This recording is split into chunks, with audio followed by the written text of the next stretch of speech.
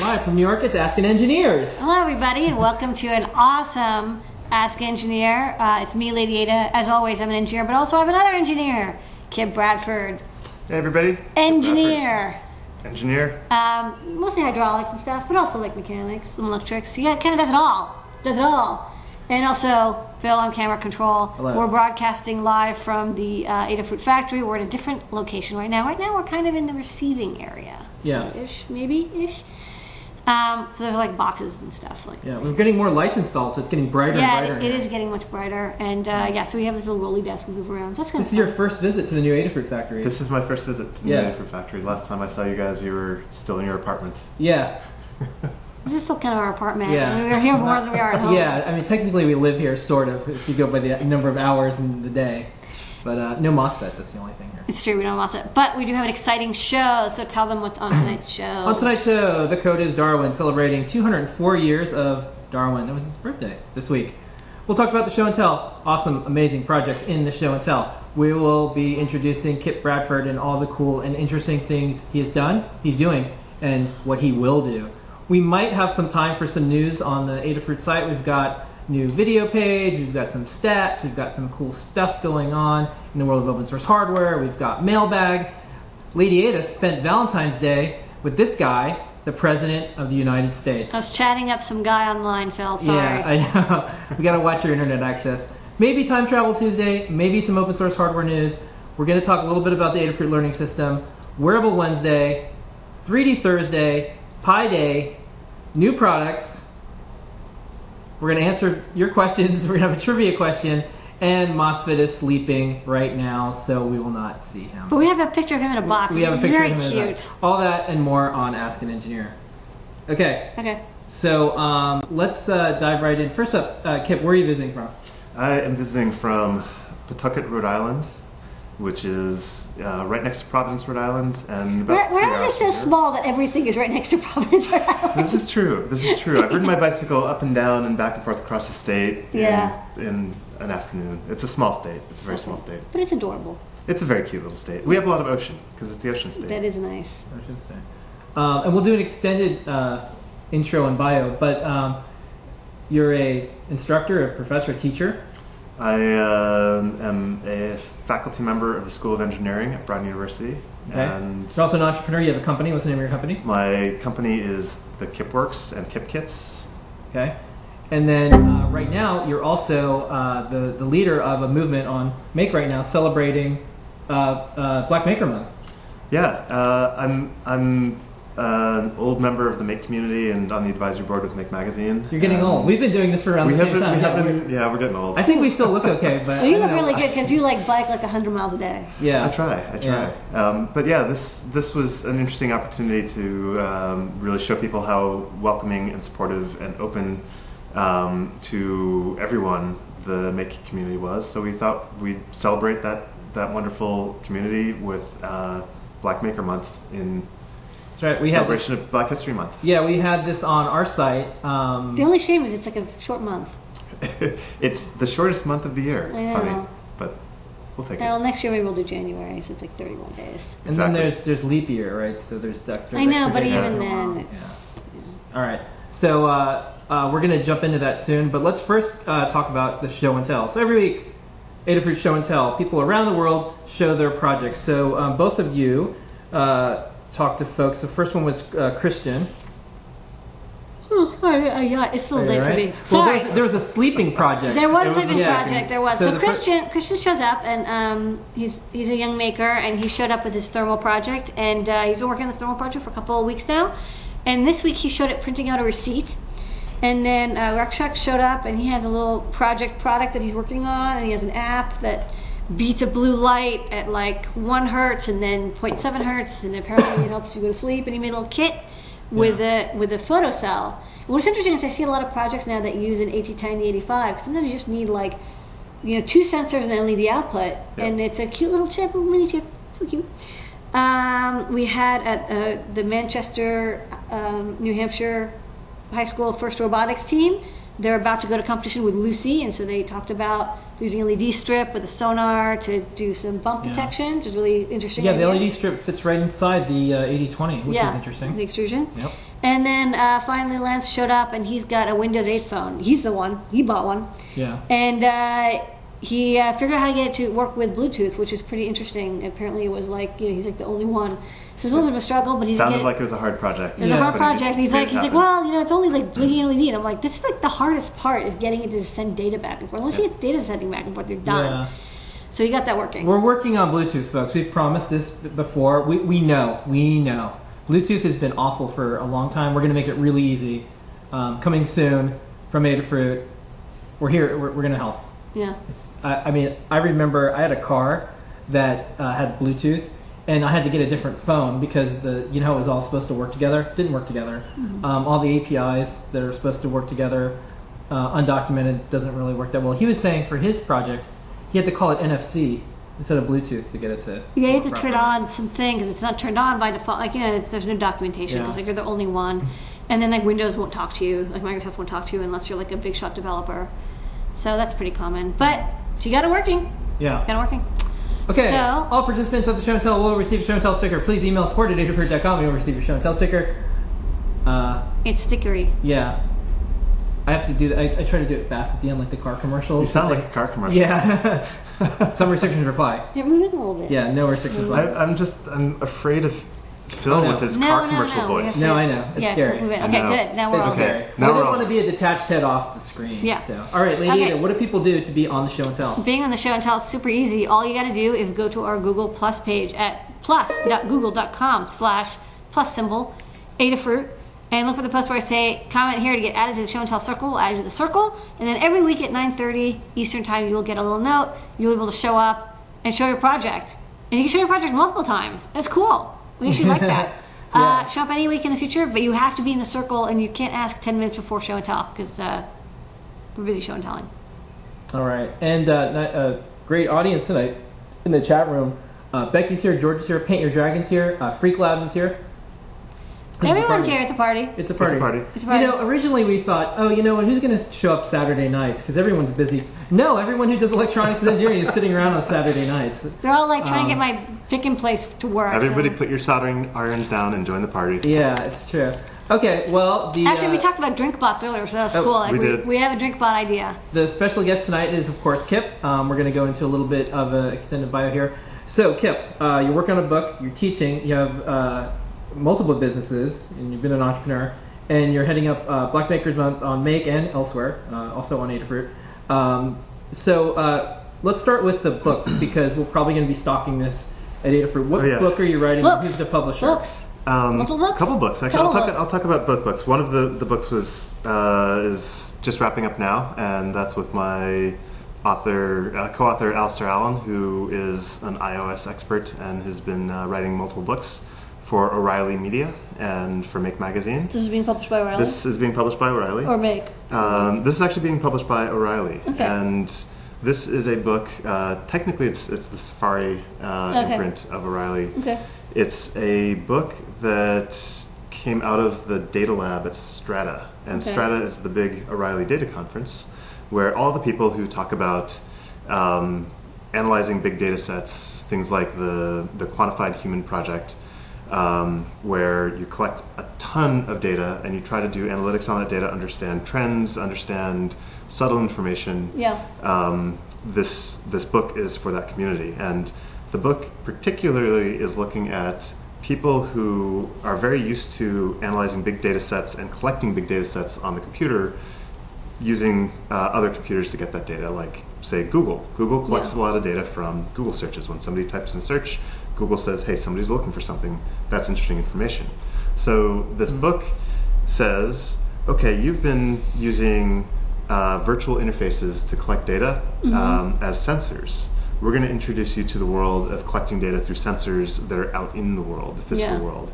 So how do you make your own product from scratch that is a wireless sensor device that can collect data from the environment, send that data to a server where it goes into a massive database, and then you can extract data from that.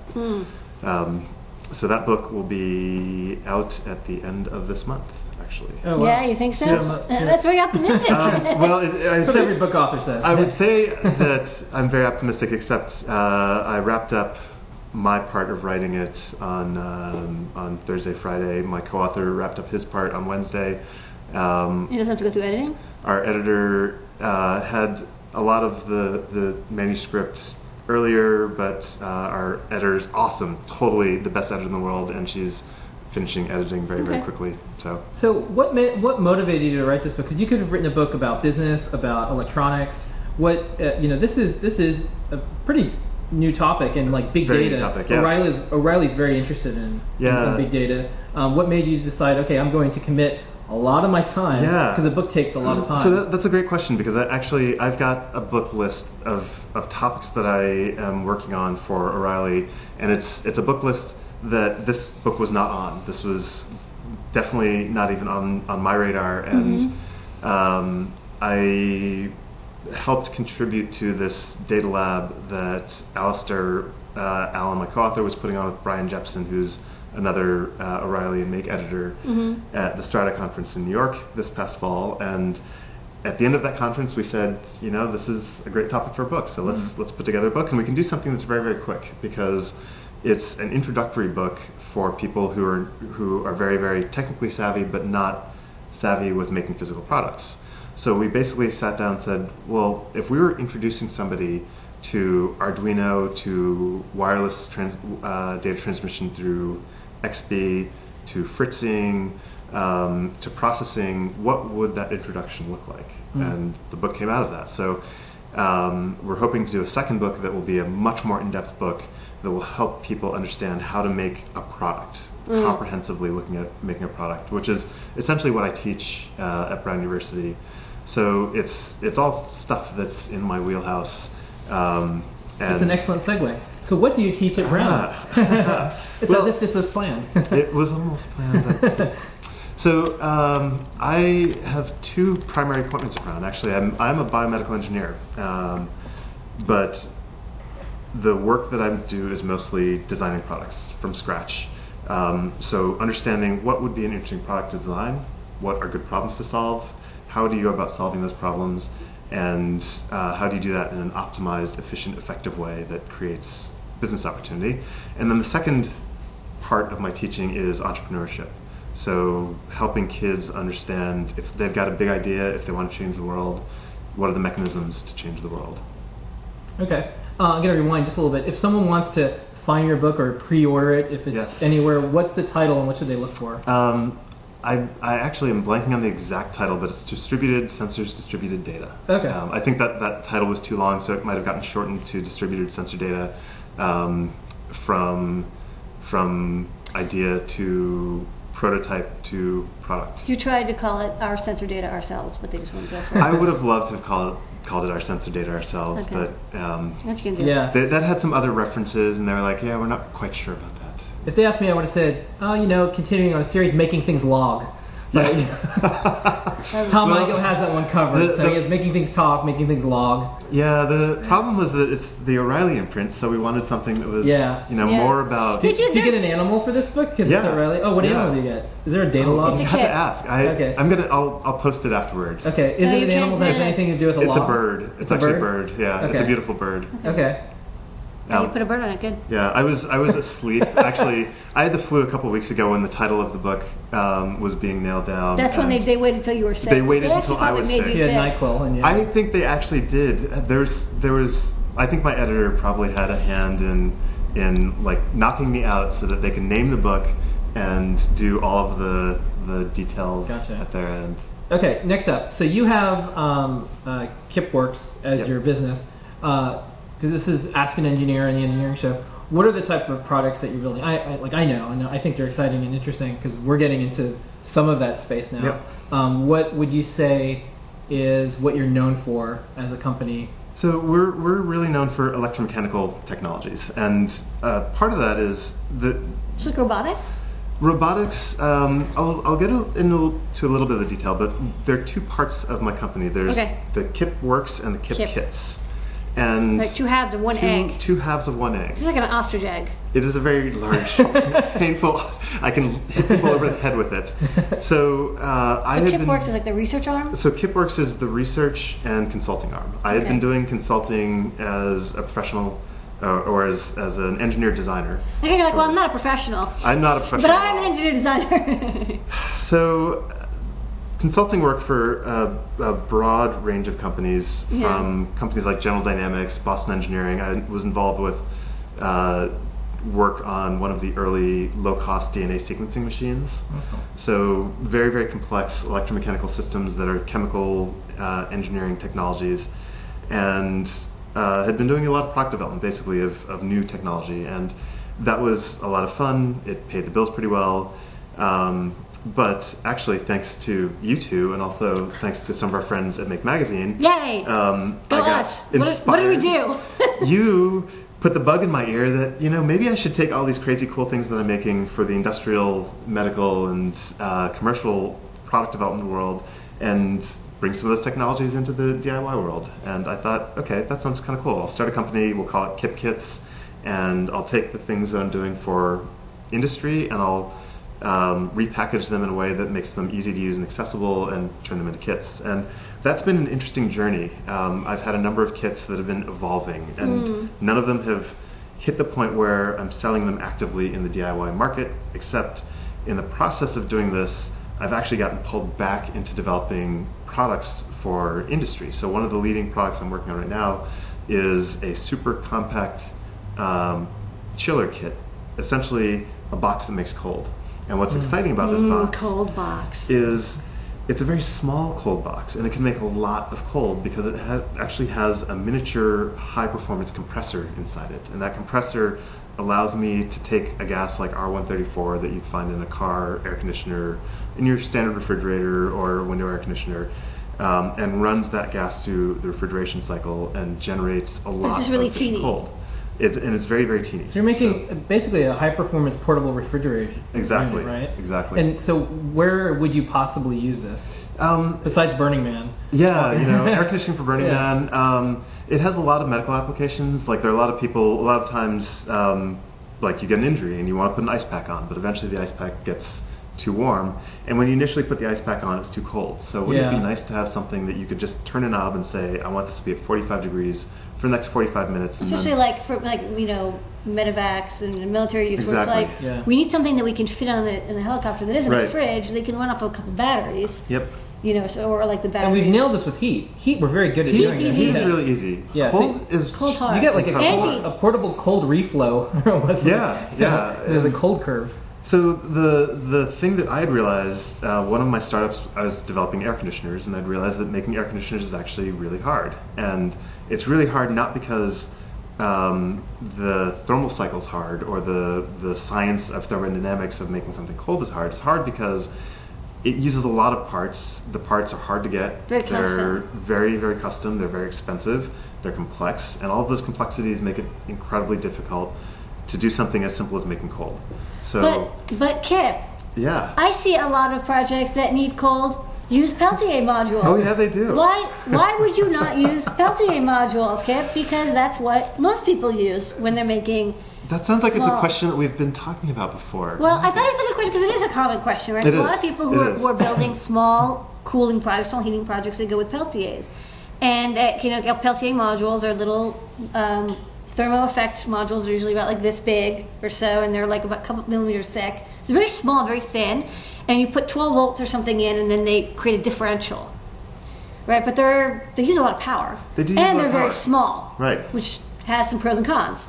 Right. So the small size is fantastic of a Peltier, and a Peltier is a heat pump. You actually are using electricity. Separating. Right. So it's pumping. It's more than separating. It's maybe a little more subtle. It's moving heat across the boundary. It's actually pumping heat away from one side of the device. Yeah. So you put in electricity, and the effect of that electricity is actually to pump heat as the electrons move through the different substrates, and that's awesome. I mean, it's a really slick and elegant technology that you can create this temperature difference just by injecting some electricity.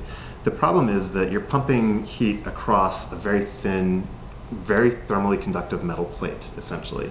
And what do we know about heat conduction across a metal plate? Well, it's very easy. It's very, very easy. And if you you're desperately trying to bail out this. Exactly. this boat, but it's like all this water is coming in, and you're like, it's really hard. And by the way, your bucket has a big hole in it too. Yeah, so you're basically trying to do exactly what this material was not meant to do, which is keep the cold side cold and the hot side hot, even though it's only 2 millimeters apart. Right. And it's not like air gap; it's actually got a metal in between. So it's like it's actually kind of the perfect worst thing. So the only advantage. Well, there are really two advantages. I'll give you both. Okay. The advantages of these Peltier heat pumps are that they're super small and compact, so you can put them in places where you couldn't put any other cooling device. The other advantage is because they're so inefficient, it's actually really easy to keep a very stable temperature.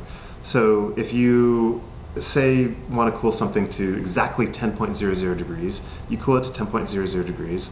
If it gets a little bit too cold, well, there's a lot of heat sitting right there very close by that if you turn down the power a little bit, that heat comes back and you can maintain that stable temperature. The system is very fast. The system responds very, very quickly. Okay, so that's a good thing. Those are the two advantages. Yeah. The disadvantages, as we talked about, is they're really incredibly inefficient. So if you need to make a lot of cold, then it's a bad way to do it because you require a lot of electricity. A vapor cycle system, you have a hot side and a cold side that are physically separate. And you pump between the two. And you pump, but not only do you pump, you actually are compressing a gas. You compress the gas, you send it to the hot side, you cool the hot side, and it turns to a liquid. And in turning to a liquid, that phase change stores a lot of energy, or releases a lot of energy in this case. So you release a lot of energy, and then you move that liquid to the cold side where you boil it off. So the separation is like this much. It's as much as you want to make it. As long as your pump can pump the fluid, which means it's much, much easier to keep the cold side cold and the hot side hot, because they're not separated by this like thin metal junction. So that's why for a large refrigeration unit, like on the back of your fridge, you see all those tubes. That's the cooling. That's So the tubes are the hot side that you're cooling to make that liquid again. Yeah, make the liquid, and you pump them through. You pump that liquid into the refrigerator where it boils and makes the inside of the refrigerator cold. So historically, it's been like you can have a Peltier, and that's good for like 100 watts or less. Yep. And then above, like 500 watts, you would go to a vapor phase. Like, what's the boundary? Historically, anytime.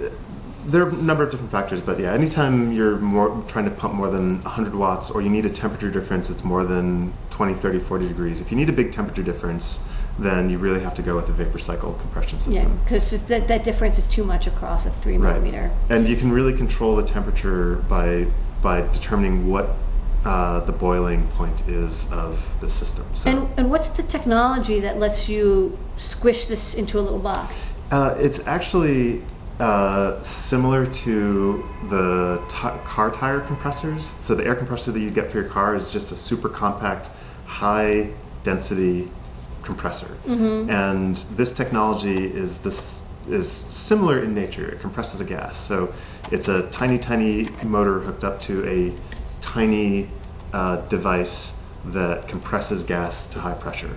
And so using not off the shelf, but like stock parts that are used for gas. It actually, I don't know that I'd call it a stock part. It's actually a part that was developed by a company for the U.S. military. Okay. And it was developed for extreme applications, extreme cooling under extreme circumstances. So it's compact because the military wanted something that was as small as possible and as energy dense as possible, so that you get as much compression in as a very, very small space. Interesting. Okay. We know a lot more about cooling. Yeah. This was Hour of Cooling. Yeah. Knowledge was dropped. It's interesting because it's like this is like a lot of makers don't know about like how to. You never hear about this, and we were talking about this because I was like, how am I going to make a drink pot and then chill the glass? And so we were talking. So I'll ask the question everyone wants to ask: could you use this technology that you're working on, Kipp to cool a beer or to cool a beverage? Oh heck yeah! And do you do that? Well, it's been. And can that be a kit? Actually, one of the funny things is that I had been bringing the system to maker fairs just to kind of understand whether it would be interesting for the DIY market. Yeah. And what I found was that I would put this product that I manufacture, a big black box, on the table at Maker Faire, and I would show that it's cooling a plate, and the plate would have chunks of ice on it, and people would say, okay, so you have a plate that's cold. And they didn't really get it because nice. it's all black box, right? Yeah. So we changed and decided to bring a clear 5-gallon drum, and we put a bunch of soda, like bottles of soda in the drum. We fill the drum with vodka, and then we pump the vodka through our chiller system, and it makes the vodka 10 degrees Fahrenheit, so below freezing. And the soda is basically sitting in this drum full of below freezing vodka that chills the soda. So This sounds like a party. our demo has turned into something that's very tangible. And when somebody sticks their hand into 10-degree vodka, they get it. Yeah. Oh my god, yeah, it's really cold. And it's like, oh, this box makes cold. And then we open up the cover of the box and people can see the parts. Gotcha. Yeah. And could your system cool PCs for the people who like to? Our system can cool PCs. It can cool amputated body parts. Like if you're rushing to get your chopped off finger reattached. Actually, the MIT, we had a design project that was a lot of people working on about they were trying to get vaccines to areas where they didn't have ice. Yep. And you don't have any way to, and it's really hard because you can't keep it too cold, Right. and you can't let them get too warm, and a lot of the vaccines, they only have a 1 to 2 day lifespan, so you have to get it really fast. So these sorts of designs, something that's portable, that's like you can put in a backpack, so a doctor can actually go from village to village with these vaccines, and they have to be kept at the exact right temperature. They use ice, but the problem is it's very hard to maintain, and also like you have to find ice somewhere, and sometimes there's no ice maker. It's really, really nice to be able to plug in a battery and flip a switch and set a temperature knob, and then have a system that can maintain that temperature over several hours, several days, several weeks. It has a lot of applications. The most interesting thing for me is understanding from an engineer's point of view that making cold is hard. It's there are really lots hard. of people who have applications for cold, whether that's trying to keep wine at a set temperature, trying to brew beer and they need to have a hot process and a cold part of their process, or just at Burning Man and you want to have air conditioning in your tent. And the medical applications are huge because everything needs to be cold. Yeah. From the surgeons all the way to the actual organs that are getting transported to the fluids to everything. You have to take a biopsy, and then you have to get that biopsy result to somebody. Can't get too warm because then you can't get too warm. Bacterial growth, like there's all. But you can't get too cold because then you could damage the tissue. So this is a really hard problem, and we're talking about a lot of different applications. There's lots of commercial applications too, from something as simple as like a bar that wants to cool something very fast. It's hard to cool something really fast. So you work on reducing entropy. Right. In a small space. I could say, unfortunately, everything I do seems to increase the entropy of the universe, but except for your hardware. I'm removing entropy from small spaces, and then I'm putting it in the rest of the world. So next up, and then next up, and I have a little screenshot here. So we covered this on Adafruit on the 1st. This is the site. It's black-makers.com, and this is an effort that we're really pleased to see. And you're highlighting a different African American maker for the month of February on the Make site. So who have you covered so far? I mean, it's been 16 days. You probably don't know everybody, but can you name some names? Yeah, we started the posts. Actually, it's a funny thing because I'm on the advisory board of Make magazine. I'm sometimes the technical editor for Make, and so the idea of blogging about myself was sort of weird, but it got taken out of my hands by one of our senior editors who just started grabbing the posts off the Black Maker site and did the first post as me. And I couldn't stop it. I just went with it and said, this is actually good because it gives me an opportunity to explain why I think it's important and exciting to celebrate the contributions and the diversity of a lot of different people in the Make magazine and to the Make community, and especially being Black History Month, that it would be interesting and valuable to celebrate the contributions of Black makers. We have Ada Lovelace Day, and we do a big thing for that. I think we have Girls It's only Who one day, Code. but that's still, And just one part of this story, because we were talking about this, when people see someone like them in a community that they may want to be part of, that's how they get in. Exactly. And with Adafruit, and specifically with Lamore, and we'll talk about the president thing that you did this week, the letters poured in. Young girls see Lamore and say, I can imagine myself like that, and doing that stuff in that community. So when I saw Black Makers, I'm like, oh, finally, there's a way to celebrate milestones. That there's all sorts of people doing stuff in the maker world, and it makes sense to say, hey, let's put the spotlight on them right now, and let's celebrate it. We do this with, like, there's like 5 different efforts for women in tech. And, you know, we think we're doing okay. There's a lot of progress that's been made, a lot more to do. Yeah. But it's an important thing to start, and I think that doing the project on Make Magazine and the Make Magazine blog was really valuable for 2 reasons. One is that if we did the project and we started putting up the posts and people said, oh, you know, some more black makers that okay, this is great, but, you know, whatever, we've seen plenty of black makers, that would have been fantastic. But the reaction was not that. The reaction was people really got upset that Make Magazine all of a sudden was getting political, and Make Magazine was no longer all about the projects. It was about showing off the people in this community that, you know, why do we have to give them some special day? And it was interesting because they have a young maker. I mean, there's young makers. Yeah, they're young makers. Yeah. And my response to that was, you know, it's very, very important to celebrate the diversity. And if there's not a diversity that you can celebrate, well, maybe we should think about trying to showcase that the community is diverse. And part of this started because I've given a lot of talks over the last 5 years about entrepreneurship and about making things and about technology, and I didn't see any other people like me. I'm, you know, the only... You mean people who cycle 100 miles a day? Exactly. He has a really nice bike, by the way. I have a couple bikes. You have a couple. You have a bike okay. collection. The bike I that have I a saw. collection. so does Lamar. You guys are Your travel bike bike. fanatics. We are bike fanatics. So I was asked to give a TEDx talk, and I thought about what am I going to talk about. What new big idea do I have that I could talk about in a TEDx talk? And I thought, you know, all the entrepreneurship stuff that I talk about, that's not very interesting. I mean, I've been talking about it. It's not new. It's not big. Mm-hmm. It's more of the same.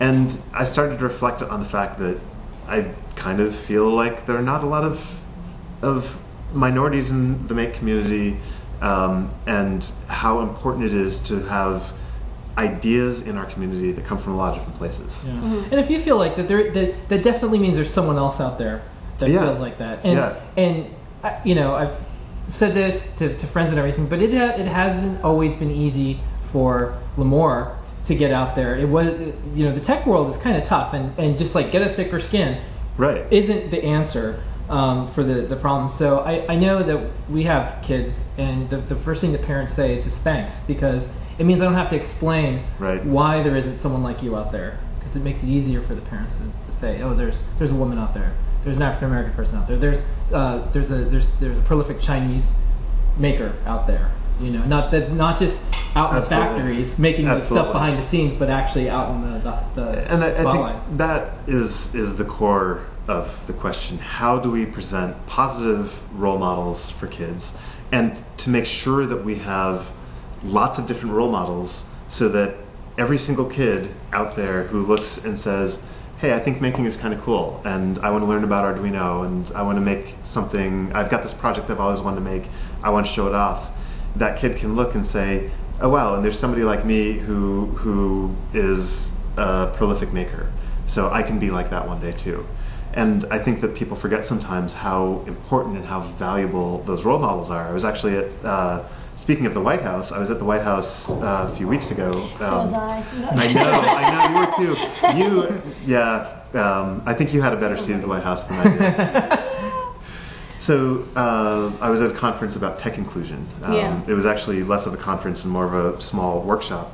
And there are the people in Barack Obama's Office of Science and Technology Policy talking about how important it is for our economy, for the strength of our country, to make sure that every single person can be involved in innovation and technology development, because that's how we as a country will be strong. Yeah, it's interesting because, like, we'll talk about the White House stuff soon, but you know, it's interesting because a lot of people say, like, oh, we want to bring engineering jobs back to America, and I'm like, yeah, okay, sure, but what we actually need are engineers to build companies that then hire other Americans, because, you know, every job that we bring is one job, but every entrepreneur that starts a company will hire 50 to 100 engineers. Yes. Yeah. Right? So like a successful company, and like even like a, you know, middling successful like engineering company is a 50 to 100 million dollar company will hire, you know, and there's a couple all sorts thousand of people, jobs with that. and tons of jobs and Yeah. all support jobs. So that's, you know, not that I don't think like, oh, we should work on keeping, whatever visas and get people to immigrate and stay here and do jobs. But the most important thing is to get makers who are, then often become entrepreneurs. Yeah. Because they're not, they're going to be like, well, I want to start it in my hometown, and they're going to hire their friends, and they're going to hire people they know who need jobs, and that's the engine of the economy. So. And one other aspect of that that I think is really important is the diversity of ideas comes from the diversity of the communities that the ideas come from. Yeah. Making sure that we have innovation coming out of every community in America, every culture in America, means that we're going to have the most prevalent and pervasive innovations coming out of America. If we want a strong economy in our country, we have to make sure that the country is running on every cylinder, that 100% of people are involved in innovation. And so that's the only way. That's what the administration said that they were interested in, focused on? Yeah. That's interesting. Interesting. All right. Well, speaking of, we're going to go through a couple news items, and then we have a special highlight reel. This is like Make the World a Better Place week. By the way, we're going to post this up on the site. Ladyada is going to be speaking at the UN on women's issues. Women. Not to like the UN Assembly, but just physically at the UN. It's the UN. Yeah, we're going to the UN. And, it's a big building. and what I kind of like, and this is what I really like about you, what I really like about you, is it's more than business. It's more than engineering. There's a cause. And I think that's so important for any company, for any person. Definitely. Is you can't just do engineering. You know what? You have to do engineering and you have to have a cause, because you've been given this gift of being able to make wonderful things. So you have to have a more than just let's be crazy capitalists.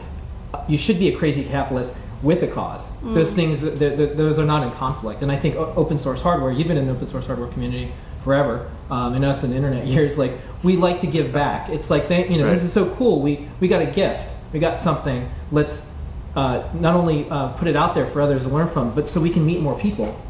It's hard. It's hard to find people. Well, I think it's cool because Black Americans have completely revolutionized pop culture, music, fashion, everything. Entertainment. It's completely dominated. I want you guys to come in and kick my ass in engineering too. It's going to be a fun party. Okay. When we're all here doing some great engineering.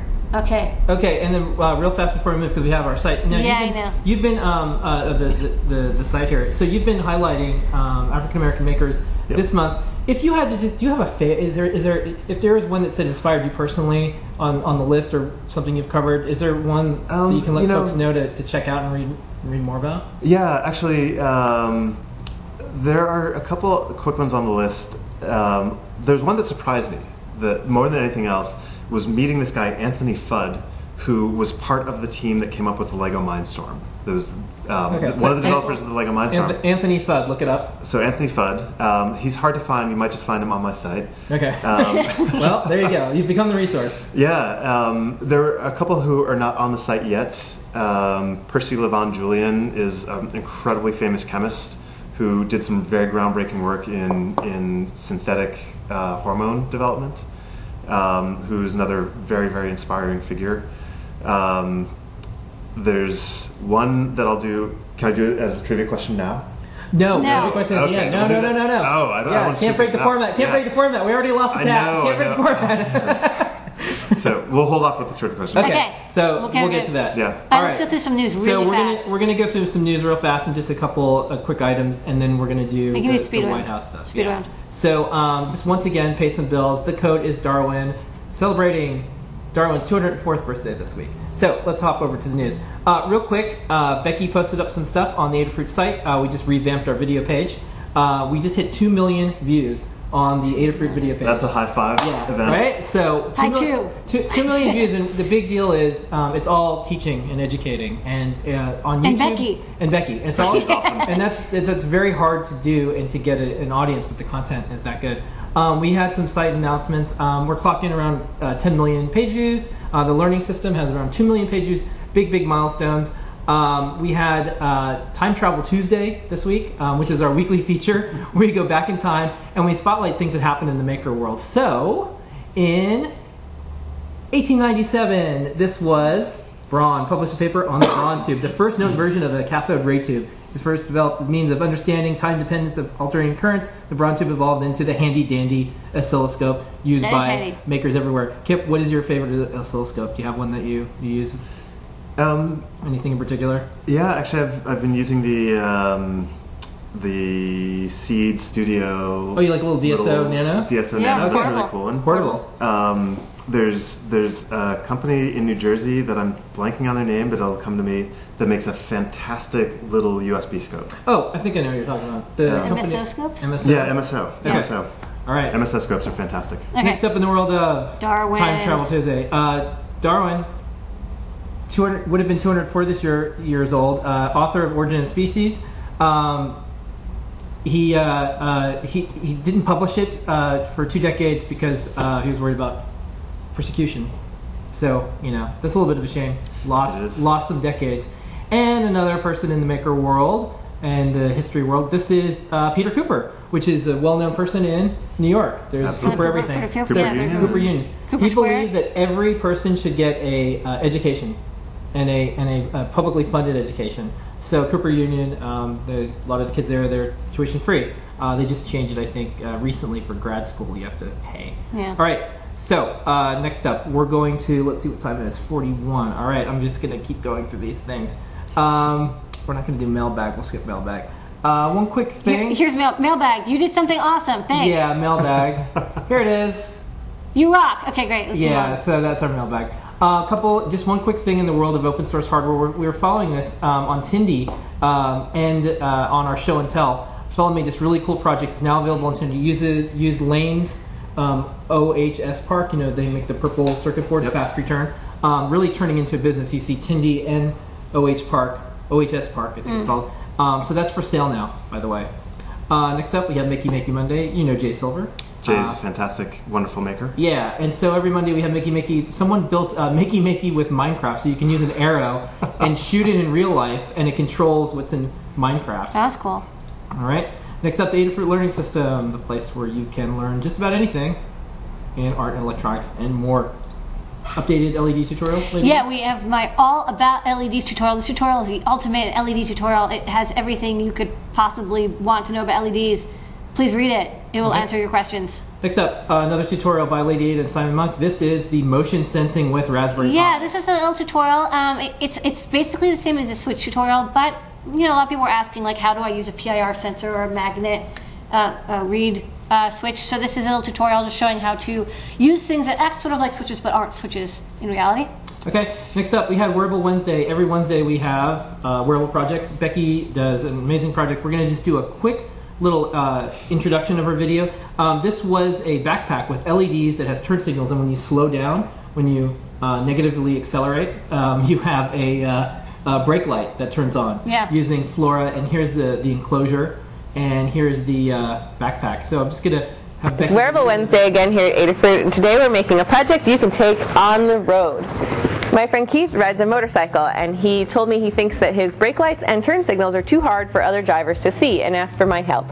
So I grabbed his backpack, and with the help of some weatherproof LED pixels and the Flora, today we're going to build this remote-controlled brake light backpack. It's also got turn signals. Start by wiring up the battery pack. So then the next watch more of that video. The next bit is Becky's hands moving very fast. 3D Thursday, and this is when we'll hop into the political zone in just a second here. State of the Union mentioned 3D printing. That's true. In the enhanced version of the State of the Union with a MakerBot. But there's many other 3D printers you can use. Yeah, next up, Pi Day every Friday. We have all sorts of news with Pi Day. The big news of the week, Minecraft. Yeah, Minecraft is a Pi edition. Yeah, and then on ABC News, Ladyada doing a tour of Adafruit and Model A. Yeah, check out this YouTube ABC video. It's awesome because the ABC guy talks for only 5 seconds, and then it's just me showing off cool stuff with the Pi. I talk a lot about the Pi in general. I talk about the Model A. There's some nice big video photos and stuff. So do read it. I think it came out really nicely. Okay. And we show what the Pi is good for. And then next up, we're gonna play a video. It's about 7 minutes long. We wanted to save time for this because this is a big deal. On a Sunday night, we received a text from Google on our phone. And we were going to ignore it. We're like, I'm tired. It was Sunday night. It's the only time that we're off. President of the USA wants to talk to you. So we immediately dropped everything. There was a lot of preparation to make sure our internet connection was good, a lot of coordination to make sure everything worked out great. Ladyada was one of 5 people selected to talk to President Obama for the fireside chat using Google Plus Hangouts. And it was intense. It was so intense. It was like nonstop from Sunday to Wednesday, which is why I didn't get a lot of new products this week. Yeah, and on top of that, they were asking, okay, so we're going to submit your name in, and there's a background check. And the first round of people didn't make it except for Ladyada, right? And they made sure they just don't know what I did. Yeah, and there was a big diverse group of people, so they did weigh it heavily on conservatives. Ladyada, I think, is not heavily, but it was like 50-50. Yeah, they definitely had a lot of talk time, I think, and that was known. There were 2 conservative bloggers. Yeah. And then a famous novelist and a woman who works on LGBT and immigration rights, and then I'm kind of like the middle person. Yeah. So, and you were the only one with pink hair. So here is. I know. Well, the other 4 people didn't make it past the background check. Yeah, the pink hair is part of the background check. Yes. Yeah. So here is the full video. Just Ladyada and the president, and you asked some very good questions. So let's all watch it. My fellow Americans, I seek to look beyond the doors of the White House into the hopes and fears of men and women in their homes. Our capacity is limited only by our ability to work together. I am determined to do my share. Now, it is your turn. This is a new tradition we've established with the president, a fireside hangout. This is actually the 4th year in a row that we've had the chance to sit down with the president after a State of the Union speech to hear his answers to your questions, both on YouTube and here on Google+. We also have Lamore Freed. Lamore is an entrepreneur and CEO of Adafruit, an electronics manufacturing education company in New York City. Hi, Mr. President. How are you? On the topic of legislation, I'm an entrepreneur, and high-tech startups are an important engine of the American economy. When I go around and talk to other entrepreneurs, what I hear is they're worried that if they become successful, they're going to be targeted by software patent trolls. These are firms that collect software patents just for the purpose of litigation and getting money out of small companies that can't afford patent defense. They're expensive. So I know you've made a lot of progress on patent reform, but I'm wondering, what are you planning to do to limit the abuses of software patents? For example, would you be supportive of limiting software patents to only 5 years long? Well, I think it's a great question, and you're right. A couple of years ago, we began a process of patent reform. We actually passed some legislation that made progress on some of these issues, but it hasn't captured all the problems. And the folks that you're talking about are a classic example. They don't actually produce anything themselves. They're just trying to essentially leverage and hijack somebody else's idea and see if they can extort some money out of them. And sometimes these things are challenging because we also want to make sure that the patents are long enough that people's intellectual property is protected. We've got to balance that with making sure that they're not so long that innovation is reduced. But I do think that our efforts at patent reform only went about halfway to where we need to go. And what we need to do is pull together, additional stakeholders and see if we can build some additional consensus on some smarter patent laws. This is true, by the way, across the board when it comes to high-tech issues. The technology is changing so fast. We want to protect privacy. We want to protect people's civil liberties.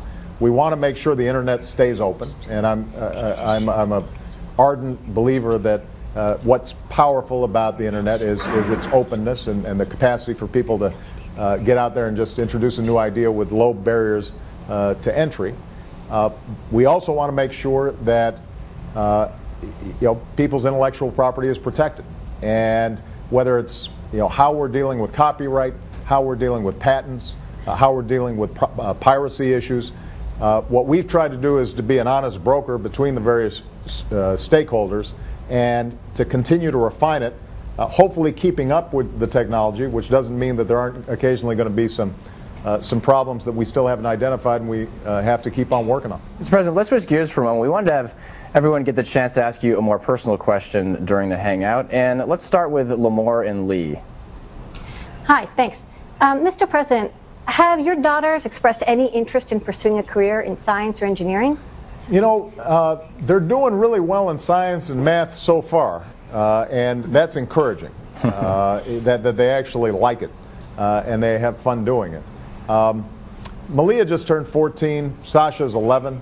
I don't think they're yet at the age where they've kind of determined what their career path is going to be. And what Michelle and I try to encourage is just saying, math and science is part of your overall educational experience. We don't want you intimidated by it. We want you to continue to pursue it so that your options remain open as you get older. But one of the things that I really strongly believe in is that we need to have more girls interested in math, science, and engineering.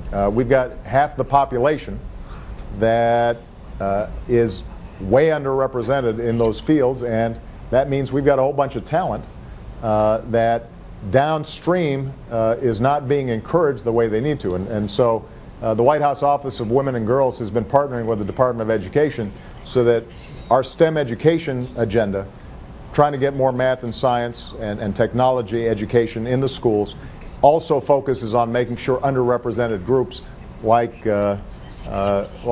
girls are encouraged in these fields.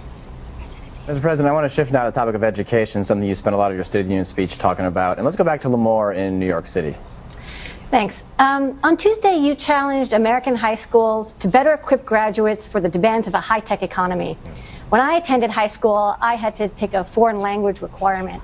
So my question is, can we make it a national effort to also add a computer programming language requirement? I think it makes sense. I really do. And, you know, part of what I'm trying to do here is to make sure that we're working with high schools and school districts all across the country to make the high school experience relevant for young people, not all of whom are going to get a 4-year college degree or an advanced degree. And you know, I think that the concept of vocational education got a bad rap at a certain point because the perception was, well, you know, we're tracking folks into you know, blue-collar jobs, and then you know, we're reserving white-collar jobs for a certain group. All those categories, I think, have eroded. So, you know, you look at somebody like Mark Zuckerberg. I was sitting next to him at dinner a couple of years ago, and he basically said, you know, he taught himself programming, primarily because he was interested in games. And there are a whole bunch of young people out there, I suspect, who, if in high school, are given the opportunity to figure out, here's how you can design your own games. But it requires you to know math, it requires you to know science, or you know, here's what a career in graphic design looks like, and we're going to start setting those you know, programs in our high schools, not waiting till a community college, and then you can apprentice with somebody who's already a graphic designer in your area. What it does not only is to prepare young people who may choose not to go to a 4-year college to be job ready, but it also engages kids because they feel like, I get this. This is not just me sitting there slouching in the back of the room while somebody's lecturing. And I think given how pervasive computers and the internet is now, and how integral it is into our economy, and how fascinated kids are with it, I want to make sure that they know how to actually produce stuff using computers and not simply consume stuff. I had a great time, guys. Thanks, everybody. Goodbye. Bye. Bye. All right. Okay. Yay. I know that was nerve-wracking. I know it was rough. It was kind of like the abyss. Yeah, and it was Valentine's Day, and there was a lot of heavy political questions, and you just got back from the White House. This is serious business. I was joking. This is really serious business. Yeah, I was joking behind the scenes here when we're watching this, but I'll say it. You know, when they're asking the makers to fix the world, it's a good thing, and it's also now like, well, okay, like, I guess no one else did a great job. I guess it's kind of up to us now, and you know, we're going to try. We're going to try. Well, you know, it says we're going back to this country's roots where everybody was a maker. Yeah. 100 years ago, 200 years ago. On the $100 bill, it's not a president, it's Benjamin Franklin. So it's all about the Benjamins. Country is about It is about the invention. Benjamins. So good work, Ladyada. Thanks. you're off the hook for next Valentine's Day I know. or anything important. Okay, we're gonna do new products really fast, as in like the fastest ever. Okay. This is Bunny Wang's Coven board. So this is sort of like an FPGA Linux robotics board. It's cool. Check it out. I don't know that much about it, but Bunny would look right up. He also some stuff on. Most of the stuff that Bunny makes, none of us quite understand because it's that good. It's a 12-layer board in Altium. Okay, like he did it as like a contract gig, but I think he's Yeah. also like some people might find this interesting. It's a pretty hardcore robotics board. Yeah. Might be good for you. Okay. Next up. These are kind of cool. We have the iCufflinks, and some people are like, well, I want like cufflinks that have like a USB key in them, and I'm like, well, we can do that. So we actually got in touch with a maker of these, and they're stainless steel, so they're really shiny and rugged, and there's a 4 gigabyte key, so you can wear them. This is an updated product. It's just a little USB twiddly adjuster, so you can have your USB stick up. Good for Pi. Whatever, yeah. Arduino starter packs came back in stock. Came back in We've stock. got a ton. 10% off tonight. That's too good of a deal. Don't buy too many, folks. Okay. Next up. We have even bigger buttons. We have Hal. Hal is now We have a bigger product. buttons. So can you show? Yeah, I should show these. We have red. We have yellow. We have white. We have green. We have blue, and these are really big buttons. They're 100mm diameter, and that's a quarter, so you can see how big they are. And then I'll show them on the overhead. I'll show this too. They're so big I can't even show them on the overhead. Yeah. Back this up. Dave, So I think you need to make the show longer, Dave. so there's a switch here, a normal micro switch, and there's an LED, and you can try experimenting with the LED. The LED doesn't light. I mean, it looks even more drastic here. I mean, it lights up the middle, but not the outer edge. So you may want to use the LED or maybe not. It does come with it, so you can try it out. Okay, and then next up, these are the. These are super massive 7 segments. Yeah. These are quad 7-segment displays. And the cool thing about them is they're just like candy bar size. They're super huge. Yeah. I'm going to go through all the photos and then you can show. Yeah, so the thing is we've got them, if you just want to get them, we have them. But then we also have, we have them in a backpack form. And the backpack gives you only a couple pins. You can use I2C, and it's really easy, and it works just like our other backpacks. They are super bright, and we're very well lit in here now, so you can see that they're bright on top of that. So these are also 10% They're off. incredibly bright, and they work great, and because it's constant current, it's super even. There's actually 2 LEDs per segment, so very crisp, very good looking displays. These make for a great clock or other timing display. Okay, all right, let's do the trivia And question. available red, yellow, and green. Let's do the trivia question. Okay. Lady, what are the rules? Rules are if you've won a fabulous prize from the Adafruit trivia question, you can't enter again. Only one winner per lifetime. My lifetime. The prize today is a set of USB cufflinks. Yes. Good to keep or good as a gift. But these came apart. But we'll put them back in the box all nicely, and you can get or you can just use it as a 4 gigabyte USB key. I mean, whatever. You don't have to use it as a cufflinks. All right, the first person to type the name of the person that is going to be the trivia question answer in the chat. With correct spelling and everything. With the correct, close to be correct as possible spelling wins. Kipp, what is the trivia question? The trivia question for this week, Phil? Can you do this every week? I practiced that the last couple days. Okay. In honor of Black Maker Month, what black maker was an inventor of the Electret microphone? I love electret microphones. Electric Me too. microphone. Electret microphones are fantastic things. A African black American maker. Not Anthony Fudd. Although he's cool, you should look him up. Not too lazy to Google. Still not Anthony Fudd. These are some beautiful USB cufflinks here now. I have them in the box all nicely. They're super shiny. 4 gigabytes of storage. Handy. Storing data. Yeah, people keep saying Darwin. They're giving Darwin a lot of credit for. Okay, Ichinos 1, James Edward West. Nice work. Actually, James West, I think Kenton 86 was right before Chinos 1. Oh, right, yeah, Kenton 86. Sorry, Kenton. Kenton 86 is the winner. Sorry, Chinos. It came in. Kenton 86, email support@adafruit.com. But you know what, Chinos, for being number 2, I'll send you a Kipp Kits shirt if you email Oh, okay. There you go. support@adafruit.com with your t-shirt size.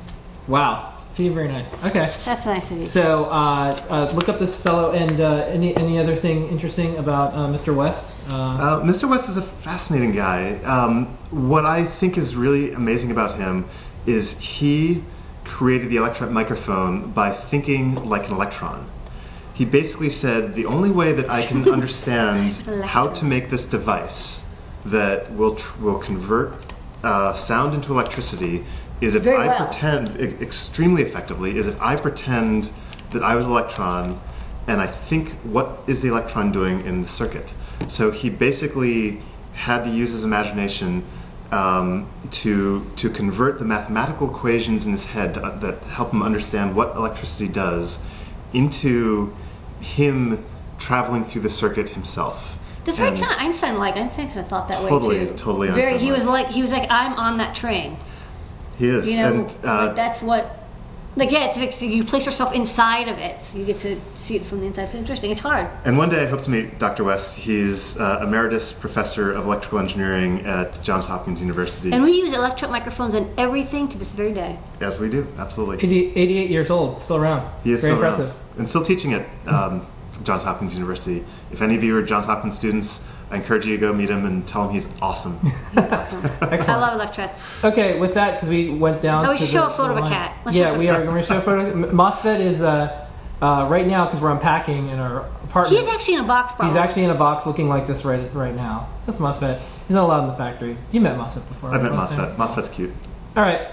Next week, Amanda Wozniak will be on the show. This is action-packed engineers. Yeah, multiple engineers. We might have to do longer shows when we have guests because it is tough. These folks drop down knowledge between Woz and Kipp. I've actually been in a conversation with them, and it turns into baud. It sounds like a modem. You and Woz should form a company together. That would be fun. You know, Woz is close to me proximity-wise. Woz is 45 miles up the road. That's right. You can take the purple line there. I've been thinking that I need to somehow figure out a way to go into business with Woz. That would be awesome. She just shipped a thing, so this is a good time. Yeah. Okay. I will send her an email. Well, watch her on the show next week. Everyone, thank you for coming out tonight. We had Paint Your Dragon, Becky, George, the entire audience that came out. Don't forget the code is DARWIN. Help us pay some bills. As you can see, get 10% off anything in the store. Yeah, as you can see, there's lots of lights that we have to keep on now. Yeah, we just got this new. Yeah, we actually got new lights, and they even gave me a root beer to drink during the show. Yeah. So that has to get paid for. Someone's got to pay for this. Yeah. I mean, you get 5 cents back. Exactly. But still. All right, and with all that, here is your moment of Zener.